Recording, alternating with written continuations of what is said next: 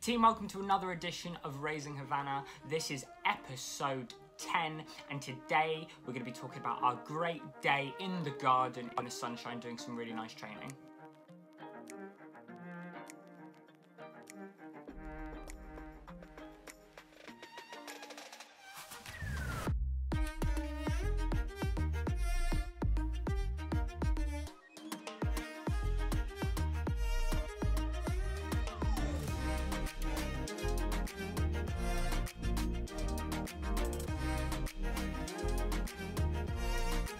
So I'll preface this by saying I did take Havana for a little street walk that I didn't film, purely because we were just doing a street walk. We didn't really encounter very many people or dogs, and it was a really short little 5-minute wander, but she did really, really well. But it was a gorgeous day out there today, and so I really wanted to get some footage, some B-roll stuff for future videos and things in the garden. So we spent a lot of time together, not necessarily training, but just hanging out. So what did we work on?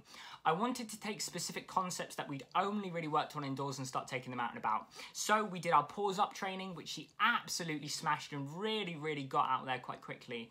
I was really impressed that she's beginning to generalize that behavior of putting her paws up so that we can interact with her and feed her. I'm going to do a couple more sessions like that in different places before I start adding in more handling and really start getting to work on that harness conditioning, so she loves having that put on. And then once she's comfortable with that being put on her completely, we can then start adding in some grooming and other handling aspects. So overall, I'm really pleased. Next up, we did our coin indication work, and this was actually really hard. So I probably pushed Havana a bit too much with my criteria by putting the coin down and then moving it a little bit.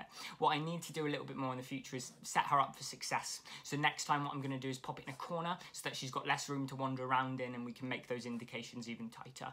But considering we'd never done it on the grass before, I thought she did really well. And sometimes in dog training, it's just about taking a big step back and focusing on what you can control and what you can actually alter. And if stuff goes wrong, doesn't matter, just pick yourself back up and then you can get back on that saddle a little bit later on. We also started something called toy swapping. So I want her to have a cue that means release what you've got in your mouth and give it to me for times when I really don't want her to have something. So what I've started to train her is that we play with one toy, we play with it really intensely, and then that toy goes dead, so I stop moving it. I bring out another toy of ideally equal value and just start moving it around slowly. When she leaves that toy that's now dead and she redirects onto the other toy, we have a big game and we repeat that. Eventually I'm going to add in a cue word that means stop what you're doing and refocus on this one, and then eventually I'll add a cue in that just means leave and drop that item or give it to me, you know, whatever I want her to do. So overall, I was really pleased with this. I was really happy to see her confidence grow and her abilities kind of develop, and it's nice to see that the work I've been doing is coming out. A lot of this series, which I absolutely love, is it's going to be wonderful looking back on this documentation process and seeing how she's grown and developed in a year, and you guys being able to see how these little steps that I take every day, these sessions that aren't particularly long, lead into hopefully a really good dog. So absolutely loving it. Thank you very much for watching, team. Please subscribe so you can check out more of Havana's daily adventures.